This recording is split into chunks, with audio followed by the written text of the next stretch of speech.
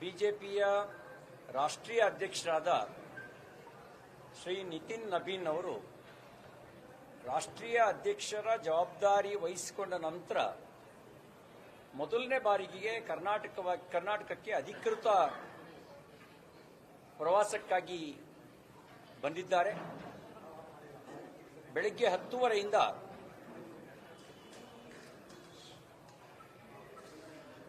ಸಂಸದರು, ಶಾಸಕರು, ಭಾರತೀಯ ಜನತಾ ಪಾರ್ಟಿಯ ಜಿಲ್ಲಾಧ್ಯಕ್ಷರ ಮೇಲ್ಪಟ್ಟ ಪಕ್ಷದ ಪ್ರಮುಖರ ಜೊತೆನಲ್ಲಿ ಸಂವಾದ ನಡೆಸಿದರು.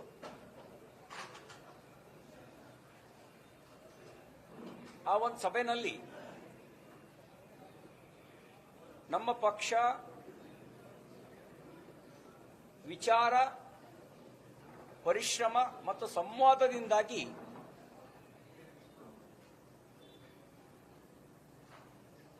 ಶೂನ್ಯದಿಂದ 22 ರಾಜ್ಯಗಳಲ್ಲಿ ಅಧಿಕಾರ ನಡೆಸುವಷ್ಟರ ಮಟ್ಟಿಗೆ, ಶೂನ್ಯದಿಂದ 400ಕ್ಕೂ ಹೆಚ್ಚು ಸಂಸದರನ್ನ ಹೊಂದುವ ಮಟ್ಟಿಗೆ, ಶೂನ್ಯದಿಂದ 2000ಕ್ಕೂ ಹೆಚ್ಚು ಶಾಸಕರನ್ನ ಗೆಲ್ಲಿಸುವ ಮಟ್ಟಿಗೆ ಬೆಳೆದಿದೆ. ಹಾಗಾಗಿ ಪ್ರತಿಯೊಬ್ಬ ಪಕ್ಷದ ಮುಖಂಡರು, ಶಾಸಕರು, ಕಾರ್ಯಕರ್ತರ ಜೊತೆಗೆ ಆತ್ಮೀಯವಾಗಿರ್ತಕ್ಕಂಥ ಸಂಬಂಧವನ್ನು ಇಟ್ಕೊಳ್ಬೇಕು. ಜನರೊಟ್ಟಿಗೆ ಸಂವಾದ ನಡೆಸಬೇಕು. ಜನಪರ ಕಾರ್ಯಗಳ ಮೂಲಕ ಜನರ ಮನಸ್ಸನ್ನು ಗೆಲ್ಲಬೇಕು.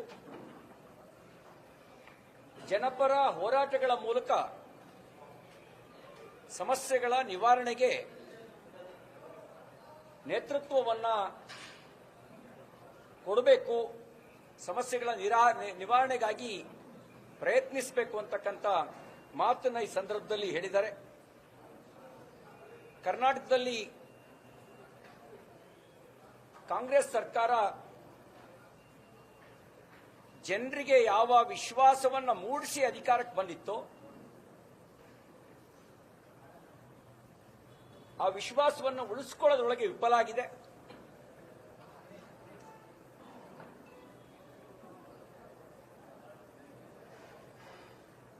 ಭ್ರಷ್ಟಾಚಾರದ ವಿರುದ್ಧ ಮಾತನಾಡಿ ಈಗ ಪ್ರತಿಯೊಬ್ಬ ಮಂತ್ರಿ ಭ್ರಷ್ಟಾಚಾರದಲ್ಲೇ ತೊಡಗಿದ್ದಾರೆ. ಹೆಚ್ಚಿನ ಮಂತ್ರಿಮಂಡಲದ ಸದಸ್ಯರುಗಳ ಮೇಲೆ ಭ್ರಷ್ಟಾಚಾರದ ಆರೋಪ ಇದೆ. ಮುಖ್ಯಮಂತ್ರಿಗಳು ಕೂಡ ಭ್ರಷ್ಟಾಚಾರದ ಆರೋಪದಿಂದ ಮುಕ್ತರಾಗಿಲ್ಲ.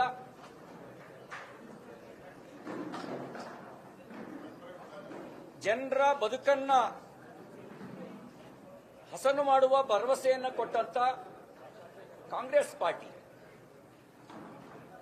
ಬೆಲೆ ಏರಿಕೆಯ ಮೂಲಕ ಜನರ ಬದುಕನ್ನ ದುಸ್ತರಗೊಳಿಸಿದೆ. ಅವ್ರು ಹೇಳಿದ್ರು, ನಾನು ಕೇಳಿದ್ದೇನೆ, ಎಲ್ಲ ಅಗತ್ಯ ವಸ್ತುಗಳ ಬೆಲೆ ಏರಿಕೆ ಹಿಂದೆ ಕಾಂಗ್ರೆಸ್ನ ನೀತಿ ಇದೆ ಅನ್ನುವ ಮಾತನ್ನ ಹೇಳಿದರು. ಕೇವಲ ಗ್ಯಾರಂಟಿಯ ಪ್ರಚಾರದಲ್ಲಿ ಅವರು ತೊಡಗಿದ್ದಾರೆ. ಆದರೆ ಜನರ ಬದುಕಿಗೆ ಗ್ಯಾರಂಟಿ ಇಲ್ಲದಂತಾಗಿದೆ. ಕಾನೂನು ಸುವ್ಯವಸ್ಥೆ ಹದಗೆಟ್ಟಿದೆ. ರೈತರು ಆತ್ಮಹತ್ಯೆ ಮಾಡಿಕೊಳ್ತಾ ಇದ್ದಾರೆ. ಯುವಕರು ಹತಾಶರಾಗಿದ್ದಾರೆ. ಅತಿ ಹೆಚ್ಚು ಪ್ರಮಾಣದಲ್ಲಿ ಮಹಿಳೆಯರ ನಾಪತ್ತೆ ಪ್ರಕರಣಗಳಿದ್ದಾವೆ.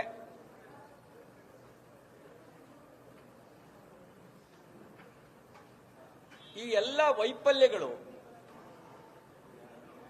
ಈ ಸರ್ಕಾರದಲ್ಲಿ ಸ್ಪಷ್ಟವಾಗಿ ಕಾಣ್ತಾ ಇದ್ದಾವೆ ಅಂತಕ್ಕಂಥ ಮಾತನ್ನು ಹೇಳೋದ್ರ ಜೊತೆಗೆ ಕೇವಲ ವೈಫಲ್ಯಗಳಿಂದ ಬಿಜೆಪಿ ಅಧಿಕಾರಕ್ಕೆ ಬರಲಿಕ್ಕೆ ಸಾಧ್ಯ ಇಲ್ಲ. ಕಾಂಗ್ರೆಸ್ ವಿಫಲತೆಯನ್ನ ಹೊಂದಿದೆ ಅನ್ನೋ ಕಾರಣಕ್ಕೆ ನಾವೇ ಅಧಿಕಾರಕ್ಕೆ ಬಂದ್ಬಿಡ್ತೀವಿ ಅನ್ನುವಂಥ ಭ್ರಮೆಯಲ್ಲಿ ಬಿಜೆಪಿಯ ಮುಖಂಡರುಗಳು ಇರಬಾರದು ಅಂತಕ್ಕಂಥ ಕಿವಿ ಮಾತನ್ನು ಕೂಡ ಹೇಳಿದ್ರು. ಅದಕ್ಕೆ ಅವರು ತಮಿಳುನಾಡಿನ ಉದಾಹರಣೆಯನ್ನು ಕೊಟ್ಟರು. ತಮಿಳುನಾಡಿನಲ್ಲಿ ಡಿಎಂಕೆ ವೈಫಲ್ಯ ಎದ್ದು ಕಾಣ್ತಾ ಇತ್ತು. ಆ ವೈಫಲ್ಯದಲ್ಲಿ ಅಧಿಕಾರಕ್ಕೆ ಬರ್ಬೋದು ಅನ್ನುವಂಥ ವಿಶ್ವಾಸ ಎಐಡಿಎಂಕೆಗಿತ್ತು. ಮಧ್ಯದಲ್ಲಿ ಟಿವಿಕೆ ಅಂತ ಪಕ್ಷ ಡಿಎಂಕೆಯ ವೈಫಲ್ಯದ ಲಾಭವನ್ನ ಪಡೀತು. ಹಾಗಾಗಿ ಬಿಜೆಪಿಯ ನಾಯಕರುಗಳು ನೆಕ್ಸ್ಟ್ ನಮ್ಮದೇ ಅಧಿಕಾರ ಅಂತ ಸುಮ್ಮನೆ ಕೂರಬಾರದು, ನೀವು ಪರ್ಯಾಯವನ್ನು ಕೊಡಬೇಕು. ಆ ಪರ್ಯಾಯ ಮೋದಿಜಿ ಹೇಗೆ ದೇಶಕ್ಕೆ ಪರ್ಯಾಯವನ್ನು ಕೊಟ್ಟಿದ್ದಾರೋ, ಜಾಗತಿಕ ಸಂಕಷ್ಟಗಳ ನಡುವೆನೂ ದೇಶವನ್ನ ಸುರಕ್ಷಿತವಾಗಿಡುವಂತ ಕೆಲಸವನ್ನ ಎಲ್ಲ ಕ್ಷೇತ್ರಗಳಲ್ಲೂ ಮಾಡ್ತಾ ಇದ್ದಾರೆ. ಜಗತ್ತಿನ 65ಕ್ಕೂ ಹೆಚ್ಚು ರಾಷ್ಟ್ರಗಳಲ್ಲಿ ವಾರಕ್ಕೆ 2 ದಿನ ಮಾತ್ರ ಪೆಟ್ರೋಲ್ ಡೀಸೆಲ್ ಸರಬರಾಜು ಆಗ್ತಾ ಇದೆ. ಆದ್ರೆ ನಮ್ಮ ರಾಜ್ಯದಲ್ಲಿ ವಾರಕ್ಕೆ 7 ದಿನ ಪೆಟ್ರೋಲ್ ಡೀಸೆಲ್ ಸಿಗುತ್ತೆ. ಅದಕ್ಕಾಗಿ ದೂರದೃಷ್ಟಿಯ ಯೋಜನೆಗಳು, ಭವಿಷ್ಯದಲ್ಲಿ ಬರುವ ಸವಾಲುಗಳನ್ನು ಎದುರಿಸೋದಕ್ಕೆ ಬೇಕಾದಂಥ ಸಿದ್ಧತೆ, ಹಾಗೆಯೇ ಕರ್ನಾಟಕದಲ್ಲೂ ಅಂಥದೇ ಒಂದು ನೇತೃತ್ವದ ಪರ್ಯಾಯವನ್ನು ನಾವು ಕೊಡಬೇಕು. ಇಲ್ಲಿ ಉದ್ಯೋಗ ಸೃಷ್ಟಿ ಮಾಡ್ತಕ್ಕಂಥ, ಮೂಲಸೌಕರ್ಯಕ್ಕೆ ಒತ್ತು ಕೊಡ್ತಕ್ಕಂಥ, ರೈತರಿಗೆ ಭರವಸೆಯನ್ನು ಮೂಡಿಸ್ತಕ್ಕಂಥ,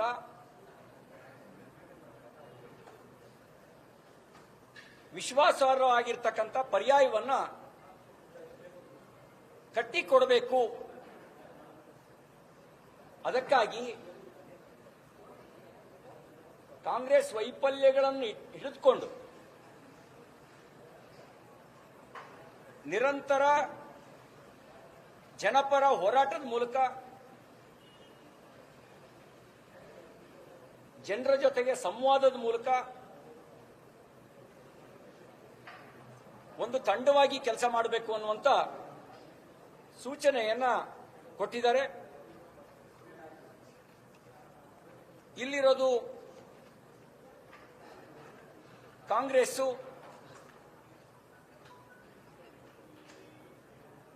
ಕಳೆದ 3 ವರ್ಷಗಳಲ್ಲಿ ಜನರ ಬದುಕನ್ನ ಬದಲಾಯಿಸುವ ಯಾವ ಕೆಲಸವನ್ನೂ ಮಾಡಿಲ್ಲ. ಬದಲಿಗೆ ಕೇವಲ ಪ್ರಚಾರ ಪಡೆಯುವ ತಂತ್ರವನ್ನಷ್ಟೇ ಮಾಡ್ತಾ ಇದ್ದಾರೆ ಅಂತಕ್ಕಂಥ ಮಾತನ್ನ ಹೇಳಿದ್ದಾರೆ. ಹಾಗಾಗಿ ಪ್ರತಿ ವಿಧಾನಸಭಾ ಕ್ಷೇತ್ರ ಮಟ್ಟದಲ್ಲಿ ಮತ್ತು ರಾಜ್ಯ ಮಟ್ಟದಲ್ಲಿ ಈ 3 ವರ್ಷಗಳ ಆಡಳಿತ ವೈಫಲ್ಯದ ಕುರಿತಾಗಿ ಆರೋಪ ಪಟ್ಟಿಯನ್ನು, ಚಾರ್ಜ್ ಶೀಟ್ನ ತಯಾರಿಸಿ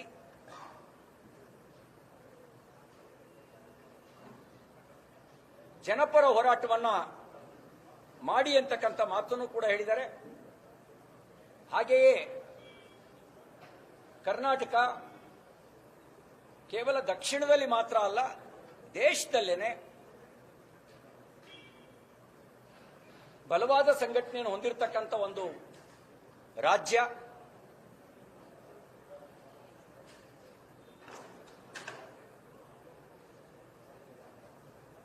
ಇಲ್ಲಿ ನಾವು ಜನಪರ ಹೋರಾಟ ಮಾಡಿದ್ರೆ ಜನರೇ ನಮಗೆ ಅಧಿಕಾರಕ್ಕೆ ಬರುವ ಶಕ್ತಿಯನ್ನ ಕೊಡ್ತಾರೆ ಅಂತಕ್ಕಂಥ ಮಾತನ್ನು ಕೂಡ ಅವರು ಹೇಳಿದ್ದಾರೆ. ಈ ಹಿಂದೆ 2018ರ ವಿಧಾನಸಭಾ ಚುನಾವಣೆಯಲ್ಲಿ ರಾಷ್ಟ್ರೀಯ ಅಧ್ಯಕ್ಷರು ಚಿತ್ರದುರ್ಗ ಜಿಲ್ಲೆಯಲ್ಲಿ ಚುನಾವಣಾ ಸಮಯದಲ್ಲಿ ಕೆಲಸ ಮಾಡಿದ ತನ್ನ ಅನುಭವವನ್ನು ಕೂಡ ಹಂಚಿಕೊಂಡ್ರು. ಕೆಲವು ಸಂಗತಿಗಳನ್ನ ನಾನು ಕರ್ನಾಟಕದಿಂದಲೂ ಕೂಡ ಕಲ್ತಿದ್ದೇನೆ ಮತ್ತು ತನ್ನ ಸಾರ್ವಜನಿಕ ಜೀವನದಲ್ಲಿ ಅಳವಡಿಸಿಕೊಂಡಿದ್ದೀನಿ ಅಂತಕ್ಕಂಥ ಮಾತನ್ನು ಕೂಡ ಅವರು ಹೇಳಿದರು.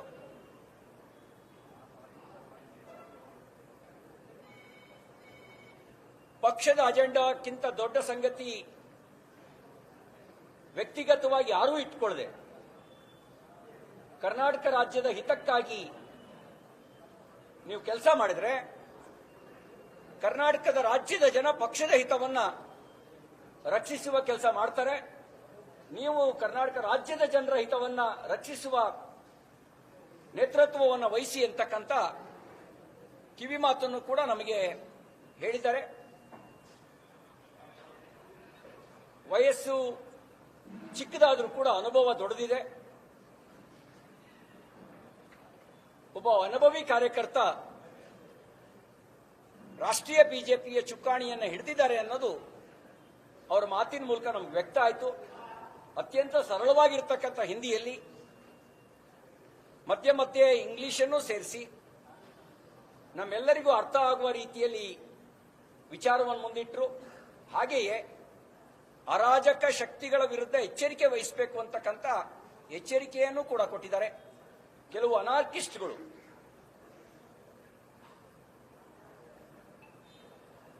ಕೆಲವು ಸಾಂದರ್ಭಿಕ ಸಂಗತಿಗಳನ್ನು ಇಟ್ಕೊಂಡು ವಿದೇಶಿ ಶಕ್ತಿಗಳ ಜೊತೆಗೆ ಸೇರಿ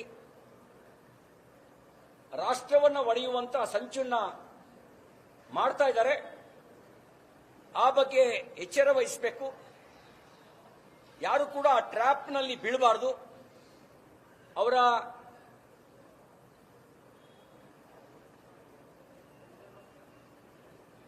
ದುರ್ಯೋಜನೆಗಳು ಏನು ಅನ್ನೋದನ್ನ ಅರ್ಥ ಮಾಡಿಕೊಂಡು ಎಚ್ಚರದಿಂದ ಕಾರ್ಯ ಮಾಡಬೇಕಾದ ಅವಶ್ಯಕತೆ ಇದೆ. ಮೈ ಮರೆತರೆ ಪರಿಸ್ಥಿತಿಯ ದುರ್ಲಾಭವನ್ನ ಅರಾಜಕ ಶಕ್ತಿಗಳು ಪಡಿತಾರೆ. ಅದಕ್ಕೆ ಅವಕಾಶವನ್ನ ಕೊಡಬಾರದು ಅಂತಕ್ಕಂಥ ಎಚ್ಚರಿಕೆಯ ಮಾತನ್ನು ಕೂಡ ನಮ್ಗೆ ಹೇಳಿದ್ದಾರೆ. ಅವರೇನು ನಿರ್ದಿಷ್ಟವಾಗಿ ಹೇಳಿಲ್ಲ, ಆದರೆ ಕೆಲವು ಅರಾಜಕ ಶಕ್ತಿಗಳು ಮತ್ತೆ ಇನ್ನೂ ಒಂದು ಮಾತು ಹೇಳಿದ್ರು.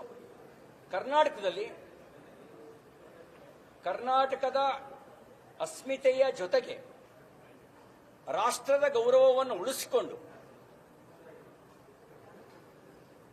ನಾವು ಕೆಲಸ ಮಾಡಬೇಕಾಗಿದೆ. ರಾಷ್ಟ್ರದ ಸಮಗ್ರತೆಗೆ ಅಡ್ಡಿಯಾಗದಂತೆ ಕರ್ನಾಟಕದ ಅಸ್ಮಿತೆಯನ್ನ ಗೌರವಿಸಿ ಕೆಲಸ ಮಾಡಬೇಕಾಗಿದೆ. ಭಾರತೀಯ ಜನತಾ ಪಾರ್ಟಿ ಎಲ್ಲ ರಾಜ್ಯಗಳಲ್ಲೂ ಕೂಡ ಆಯಾ ರಾಜ್ಯದ ಪ್ರಾದೇಶಿಕ ಅಸ್ಮಿತೆಯನ್ನ ಗೌರವಿಸಿ ಅಸ್ಮಿತೆಗೆ ಧಕ್ಕೆಯಾಗದಂತೆ ರಾಷ್ಟ್ರೀಯ ಸಮಗ್ರತೆಯನ್ನ ಗಟ್ಟಿಗೊಳಿಸುವ ಕೆಲಸವನ್ನ ಮಾಡ್ತಾ ಇದೆ. ಇಲ್ಲೂ ಕೂಡ ಕರ್ನಾಟಕದ ಅಸ್ಮಿತೆ, ಪ್ರಾದೇಶಿಕ ಅಸ್ಮಿತೆಯ ಜೊತೆಗೆ ರಾಷ್ಟ್ರೀಯತೆಯ ಹಿತವನ್ನು ಕಾಪಾಡಿಕೊಳ್ಳುವಂತ ನಿಟ್ಟಿನಲ್ಲಿ ಕೆಲಸ ಮಾಡಿ ಅಂತಕ್ಕಂಥ ಮಾತನ್ನು ಅವ್ರು ಹೇಳಿದ್ದಾರೆ. ಕೆಲವು ಸಲಹೆಗಳನ್ನು ಅವ್ರು ಕೊಟ್ಟಿದ್ದಾರೆ. ವಿಸ್ತೃತವಾಗಿರುವಂತಹ ಚರ್ಚೆಯನ್ನ ಮುಂದೊಮ್ಮೆ 3 ದಿನಗಳ ಪ್ರವಾಸಕ್ಕಾಗಿ ಬರ್ತಾನೆ, ಆ ಸಂದರ್ಭದಲ್ಲಿ ವಿಸ್ತೃತವಾಗಿ ಚರ್ಚೆ ಮಾಡೋಣ ಅಂತ ಹೇಳಿದ್ದಾರೆ. ಈಗ ಮುಂಬರ್ತಕ್ಕಂಥ 4 ವಿಧಾನ ಪರಿಷತ್ತಿನ ಚುನಾವಣೆಗಳು, ಮುಂಬರಬಹುದಾಗಿರ್ತಕ್ಕಂಥ 2 ವಿಧಾನಸಭೆ ಉಪಚುನಾವಣೆಗಳು, ಜಿಬಿಎ ಚುನಾವಣೆಗಳು, ಇದ್ರ ಕಡೆಗೆ ಗಮನ ಕೊಡಿ ಅಂತಕ್ಕಂಥ ಮಾತನ್ನ ಹೇಳಿದ್ದಾರೆ. ಅದಕ್ಕಾಗಿ ಕೆಲವು ತಂಡ ರಚನೆ ಮಾಡಿ ಚುನಾವಣೆ ಗೆಲ್ಲಿಕ್ಕೆ ಬೇಕಾಗಿರ್ತಕ್ಕಂಥ ಕಾರ್ಯಯೋಜನೆಯನ್ನ ತಯಾರಿಸಿ ಅಂತಕ್ಕಂಥ ಮಾತನ್ನ ಅವ್ರು ಹೇಳಿದ್ದಾರೆ. ಜೊತೆಗೆ ಸಂಘಟನಾತ್ಮಕವಾಗಿ ಒಂದು ತಂಡವಾಗಿ ರಾಜ್ಯದ ಕೋರ್ ಕಮಿಟಿ ಎಲ್ಲಾ ಜಿಲ್ಲೆಗಳಲ್ಲಿ ಒಂದೊಂದು ಜಿಲ್ಲೆಗೆ ಒಂದೊಂದು ದಿನ ಕೊಟ್ಟು ಜಿಲ್ಲಾ ಕೋರ್ ಕಮಿಟಿಯ ಜೊತೆಗೆ ಸಂವಹನ ನಡೆಸಬೇಕು. ಆಯಾ ಜಿಲ್ಲೆಯ ಪರಿಸ್ಥಿತಿಯ ಅವಲೋಕನ ಮಾಡಬೇಕು. ಆಯಾ ಜಿಲ್ಲೆಗೆ ಇರುವಂತಹ ಸಮಸ್ಯೆಗಳು, ಸವಾಲುಗಳು, ಇದಕ್ಕೆ ಜಿಲ್ಲೆಯಲ್ಲೇ ನೇತೃತ್ವ ಕೊಡುವ ರೀತಿಯಲ್ಲಿ ರಾಜ್ಯ ಕೋರ್ ಕಮಿಟಿ ಅವರೊಂದಿಗೆ ಯೋಜನೆಯನ್ನು ರೂಪಿಸಬೇಕು ಅಂತಕ್ಕಂಥ ಮಾತನ್ನು ಕೂಡ ಅವರು ಹೇಳಿದ್ದಾರೆ.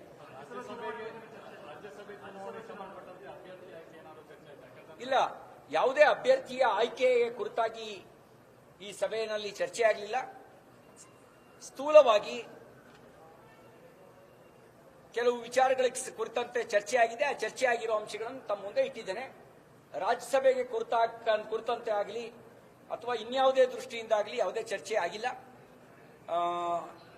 ಈ ಸಂಘಟನಾತ್ಮಕವಾಗಿರುವಂತಹ ವಿಷಯಗಳ ಕುರಿತಾಗಿ, ಚುನಾವಣೆ ಕುರಿತಾಗಿ, ಅಂದ್ರೆ ಚುನಾವಣೆ ಅಂತ ಹೇಳಿದ್ರೆ ವಿಧಾನ ಪರಿಷತ್ತು 4 ವಿಧಾನ ಪರಿಷತ್ತು ಗ್ರಾಜ್ಯುಯೇಟ್ ಮತ್ತು ಟೀಚರ್ ಕಾನ್ಸ್ಟಿಟ್ಯೂನ್ಸಿದು, ಹಾಗೆಯೇ ಬರ್ಬೋದಾಗಿರ್ತಕ್ಕಂಥ ಹಿರಿಯೂರು ಮತ್ತೆ ಧಾರವಾಡ ಗ್ರಾಮೀಣ ಆ ಚುನಾವಣೆ ಕುರಿತಾಗಿ ಮಾತ್ರ, ಮತ್ತು GBA ಚುನಾವಣೆ 3 ತಿಂಗಳೊಳಗಡೆ ಚುನಾವಣೆ ನಡೆಸಬೇಕು ಅಂತ ಸುಪ್ರೀಂ ಕೋರ್ಟ್ ಜಡ್ಜ್ಮೆಂಟ್ ಕೊಟ್ಟಿರೋ ಹಿನ್ನೆಲೆಯಲ್ಲಿ ಅದಕ್ಕೆ ಸಂಬಂಧಪಟ್ಟಂತೆ ಮಾತ್ರ ಹೇಳಿದೆ. ಒಂದು ಬಣ ಯಾವಾಗಲೂ ಕೂಡ ಪಕ್ಷದ ಸಭೆಗಳಲ್ಲಿ ಪಾಲ್ಗೊಳ್ತಾ ಇರಲಿಲ್ಲ.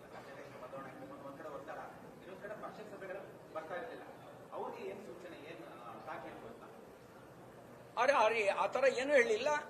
ಎಲ್ಲರೂ ಒಟ್ಟಾಗಿ ಹೋಗ್ಬೇಕು. ಪಕ್ಷಕ್ಕಿಂತ ಯಾರು ದೊಡ್ಡವರಲ್ಲ, ವ್ಯಕ್ತಿಗಿಂತ ಪಕ್ಷ ದೊಡ್ಡದು, ಪಕ್ಷಕ್ಕಿಂತ ದೇಶ ದೊಡ್ಡದು ಅನ್ನೋದು ಕೇವಲ ಘೋಷಣೆ ಅಲ್ಲ ಅಂತಕ್ಕಂಥ ಮಾತನ್ನು ಅವ್ರು ಹೇಳಿದ್ದಾರೆ. ಅದು ಕೇವಲ ಘೋಷಣೆ ಅಲ್ಲ. ಭಾಜಪಕ್ಕೆ ವ್ಯಕ್ತಿಗಿಂತ ಪಕ್ಷವೇ ದೊಡ್ಡದು, ಪಕ್ಷಕ್ಕಿಂತ ದೇಶವೇ ದೊಡ್ಡದು. ನಮಗೆ ಗೊತ್ತಿದೆ, ನೀವ್ಯಾರು ದೇಶಕ್ಕಿಂತ ದೊಡ್ಡವರು ಅಂತ ಯೋಚನೆ ಮಾಡಲ್ಲ ಅಂತ ನಮಗೆ ಗೊತ್ತಿದೆ. ಆದರೆ ಪಕ್ಷಕ್ಕಿಂತ ದೊಡ್ಡವರು ಅಂತ ಯಾರು ಯೋಚಿಸಬಾರ್ದು. ಪಕ್ಷವೇ ದೊಡ್ಡದು. ಆ ಹಿನ್ನೆಲೆಯಲ್ಲೇ ಎಲ್ಲರೂ ಕೆಲಸ ಮಾಡಬೇಕು ಅಂತಕ್ಕಂಥ ಮಾತನ್ನು ಹೇಳಿದ್ದಾರೆ. ಪಶ್ಚಿಮ ಬಂಗಾಳ ಮಾಡಿದ ಬಗ್ಗೆ ಸರ್, ಪಶ್ಚಿಮ ಬಂಗಾಳ ರಾಜ್ಯದ ರಾಜಕೀಯ ಪರಿಸ್ಥಿತಿ ಬೇರೆ, ನಮ್ಮ ರಾಜ್ಯ ರಾಜಕೀಯ ಪರಿಸ್ಥಿತಿ ಬೇರೆ. ಅಲ್ಲಿ ನಾವು ಮಾಡಿದ್ರೆ ಇಲ್ಲಿ ಹೆಂಗೆ ಅಪ್ಲೈ ಆಗುತ್ತೆ ಅಂತ ಅವ್ರೇನು ಹೇಳಿಲ್ಲ. ಪಶ್ಚಿಮ ಬಂಗಾಳದ ಮಾಡ್ರಿ ಅಂತ ಹೇಳಿಲ್ಲ. ಪ್ರಾದೇಶಿಕ ಅಸ್ಮಿತೆ, ಪ್ರಾದೇಶಿಕ ಗೌರವ, ರಾಷ್ಟ್ರೀಯ ಸಮಗ್ರತೆ ಈ ದೃಷ್ಟಿಯಲ್ಲೇ ಹೇಳಿದ್ದಾರೆ. ಎಲ್ಲೂ ಪಶ್ಚಿಮ ಬಂಗಾಳದ ಮಾಡಿಲ್ಲ ಅಂತಲೂ ಹೇಳಿಲ್ಲ, UP ಮಾಡಲು ಅಂತಲೂ ಹೇಳಿಲ್ಲ.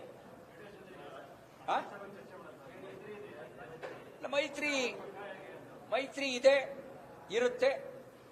ಅದು ಈ ಸಭೆಯಲ್ಲಿ ಚರ್ಚೆ ಆಗಿಲ್ಲ. ಆದರೆ ಆ ವಿಷಯದಲ್ಲಿ ಗೊಂದಲ ನಮ್ಗೆ ಯಾರಿಗೂ ಇಲ್ಲ.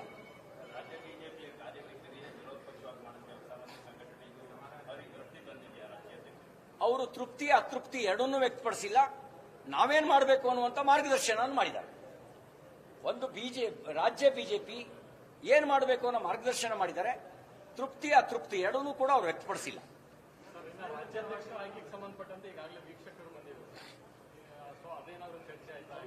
ಈ ಸಭೆಯಲ್ಲಿ ಅದ್ಯಾವುದೂ ಕೂಡ ಚರ್ಚೆ ಆಗಲಿಲ್ಲ.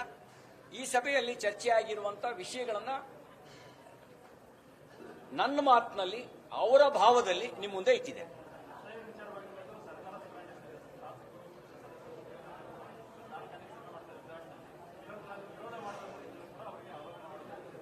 ಅಂದ್ರೆ SIR ವಿಷಯದಲ್ಲಿ ರಾಜ್ಯದ ಕಾಂಗ್ರೆಸ್ ಸರ್ಕಾರ ಸಂವಿಧಾನ ವಿರೋಧಿಯಾದ ಹೇಳಿಕೆ ಕೊಡ್ತಾ ಇದೆ.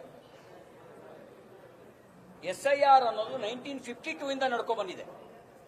ಜವಾಹರ್ಲಾಲ್ ನೆಹರು ಮಾಡಿದ್ರೆ ರೈಟ್, ಇಂದಿರಾ ಗಾಂಧಿ ಮಾಡಿದ್ರೆ ರೈಟ್, ರಾಜೀವ್ ಗಾಂಧಿ ಮಾಡಿದ್ರೆ ರೈಟ್, ಮನಮೋಹನ್ ಸಿಂಗ್ ಮಾಡಿದ್ರೆ ರೈಟ್, ಅವರ ಕಾಲಖಂಡದಲ್ಲಿ ನಡೆದ್ರೆ ರೈಟ್, ಬಿಜೆಪಿ ಕಾಲಖಂಡದಲ್ಲಿ ನಡೆದ್ರೆ ರಾಂಗ್ ಅನ್ನೋದೇ. ಅವರಲ್ಲಿ ಕಾಂಗ್ರೆಸ್ನೊಳಗೆ ಇವತ್ತು ಸ್ಪಷ್ಟತೆ ಇಲ್ಲ, ಅಥವಾ ಎಲ್ಲವನ್ನೂ ವಿರೋಧಿಸುವಂತ ವಿರೋಧಿ ಸಿಂಡ್ರೋಮು ಅವರಿಗೆ ಇದೆ ಅನ್ನೋದು ವ್ಯಕ್ತ ಆಗುತ್ತೆ. ಒಂದು ಕಡೆಗೆ ವಿರೋಧ ಮಾಡ್ತಾ, ಇನ್ನೊಂದು ಕಡೆಗೆ ಇಲ್ಲಿರುವಂತ ರಾಜ್ಯದ ಆಡಳಿತ ವ್ಯವಸ್ಥೆಯನ್ನ ಉಪಯೋಗಿಸಿಕೊಂಡು SIRನಲ್ಲಿ ದುರುಪಯೋಗ ಮಾಡದಂತೆ ಎಚ್ಚರಿಕೆ ವಹಿಸಬೇಕಾದ ಅವಶ್ಯಕತೆ ಇದೆ ಅಂತಕ್ಕಂಥ ಮಾತನ್ನು ಕೂಡ ಅವರು ಹೇಳಿದ್ದಾರೆ. ಹೊರನೋಟಕ್ಕೆ ವಿರೋಧ ಮಾಡ್ತಾರೆ, ಒಳಗಡೆಗೆ ತನಗಿರುವ ಮೆಕ್ಯಾನಿಸಮ್ ಅನ್ನು ಉಪಯೋಗಿಸಿಕೊಂಡು ಹಿಂದೆ ಒಮ್ಮೆ ಬೆಂಗಳೂರಿನಲ್ಲೇನೆ ದೊಡ್ಡ ಪ್ರಮಾಣದಲ್ಲಿ ಜಿಲೇಬಿ ಮತಗಳನ್ನು ಕಟ್ ಮಾಡುವಂತ ಕೆಲಸವನ್ನ ಕಾಂಗ್ರೆಸ್ ಸರ್ಕಾರ ಇದ್ದಾಗ ಮಾಡಿದ್ರು. ಒಂದೊಂದು ಬೂತ್ನಲ್ಲಿ 10, 15, 20 ಜಿಲೇಬಿ ಮತಗಳನ್ನು ಗುರುತಿಸಿ ಅವ್ರನ್ನ ಮತದಾರರ ಪಟ್ಟಿಯಿಂದ ಅವ್ರ ಸರ್ನೇಮನ್ನು ಆಧರಿಸಿ ಮತದಾರರ ಪಟ್ಟಿಯಿಂದ ಒಂದೊಂದು ಬೂತ್ನಲ್ಲಿ 15, 20 ಅಂದ್ರೆ ಒಂದು ವಿಧಾನಸಭಾ ಕ್ಷೇತ್ರಕ್ಕೆ 5-6 ಸಾವಿರ, ಸರಾಸರಿ 200 ಬೂತ್ ಇರುತ್ತೆ ಅಂತ ಲೆಕ್ಕ ಹಾಕಿದ್ರು. ಒಂದು ಬೂತ್ನಲ್ಲಿ 20 ವೋಟ್ ಕಟ್ ಮಾಡಿದ್ರೆ 4,000 ವೋಟ್ ಹೋಯ್ತು. 25 ವೋಟ್ ಕಟ್ ಮಾಡಿದ್ರೆ 5,000 ವೋಟ್ ಹೋಯ್ತು. ಈ ರೀತಿ ಮಾಡಿದ್ರು. ಆ ರೀತಿ ಷಡ್ಯಂತ್ರ ಆಗದಂತೆ ಎಚ್ಚರ ವಹಿಸಬೇಕು ಅಂತಕ್ಕಂಥ ಕಿವಿ ಮಾತನ್ನು ಕೂಡ ಅವ್ರು ಹೇಳಿದ್ದಾರೆ. ಯಾಕೆ ಅದನ್ನು ಹೇಳಿದ್ರು ಅಂತ ಹೇಳಿದ್ರೆ, ಅವರ ಬೇರೆ ಬೇರೆ ಕಡೆಯಿಂದ ಬಂದಿರುವಂತ ವರದಿಯನ್ನು ಆಧರಿಸಿ ಅವ್ರು ಹೇಳಿದ್ದಾರೆ. ಒಂದ್ ಕಡೆಗೆ ಸಿದ್ಧತೆಯನ್ನು ಮಾಡ್ತಾ, ಅವರಿಗೆ ಬೇಕಾದ ಕಡೆಗಳಲ್ಲಿ ಕ್ಯಾಂಪ್ ಅನ್ನು ಹಾಕಿಸಿ SIRಗೆ ಬೇಕಾಗಿರ್ತಕ್ಕಂಥ ಮ್ಯಾಪಿಂಗ್ ಕೆಲಸವನ್ನು ಮಾಡಿಸ್ತಾ ಇನ್ನೊಂದು ಕಡೆಗೆ ಹೊರನೋಟಕ್ಕೆ ನೆರೆಟಿವ್ ಸೆಟ್ ಮಾಡೋದಕ್ಕೆ, ನೆಗೆಟಿವ್ ನೆರೆಟಿವ್ ಸೆಟ್ ಮಾಡೋದಕ್ಕೆ ಒಂದು ಹೇಳಿಕೆಗಳನ್ನು ಕೊಡೋ ಕೆಲಸನೂ ಕೂಡ ಮಾಡ್ತಾ ಇದ್ದಾರೆ. ಎಚ್ಚರ ಇರಲಿ, ಇದರ ಮೈ ಮರಿಬೇಡಿ ಅಂತಕ್ಕಂಥ ಮಾತನ್ನು ಹೇಳಿದ್ದಾರೆ. ರಾಷ್ಟ್ರೀಯ ಅಧ್ಯಕ್ಷರು ಒಂದು ಸಲಹೆ ಕೊಡ್ತಾರೆ, ಇಲ್ಲಿ ಪಕ್ಷದೊಳಗಿನ ಸಮಸ್ಯೆ ಅವ್ರ ಮುಂದೆ ಇಡುವಂತ ಕೆಲಸವನ್ನು ಮಾಡಿಲ್ಲ ಕೋರ್ ಕಮಿಟಿ ಅಥವಾ ಸಭೆ. ಆ ಥರದ ಸಮಸ್ಯೆಗಳನ್ನು ನಾವು ಪ್ರತಿ ಕೋರ್ ಕಮಿಟಿಯಲ್ಲೂ ಚರ್ಚಿಸ್ತೇವೆ. ಚರ್ಚಿಸಿ ನಮ್ಮ ಹಂತದಲ್ಲೇ ನಾವು ಅದನ್ನು ನಿರ್ಣಯ ಮಾಡ್ತಾ ಇರ್ತೀವಿ. ಆ ಥರದ ಸಲಹೆ ಮತ್ತು ಮಾರ್ಗದರ್ಶನ ಬೇಕು ಅಂದಾಗ ನಮ್ಮ ಪಕ್ಷದ ವರಿಷ್ಠರ ಜೊತೆನಲ್ಲಿ ನಾವು ಸಮಾಲೋಚನೆ ಮತ್ತು ಅವ್ರ ಸಲಹೆಯನ್ನು ಕೂಡ ಪಡಿತೀವಿ. ಕೋರ್ ಕಮಿಟಿ ಪುನರಚನೆ ಆಗುತ್ತೆ ಅನ್ನೋ ಚರ್ಚೆ 21 ತಿಂಗಳು ಕೂಡ ಪುನರಚನೆ ಆಗಿಲ್ಲ. ಅದ್ರ ಬಗ್ಗೆ ಇವತ್ತಿನ ಸಭೆಯಲ್ಲಿ ಅದು ಯಾವುದೂ ಅಜೆಂಡಾ ಆಗಿರಲಿಲ್ಲ. ಇವತ್ತಿನ ಸಭೆಯಲ್ಲಿ ಅದು ಯಾವುದೂ ಅಜೆಂಡಾ ಅಲ್ಲ. ಧನ್ಯವಾದ.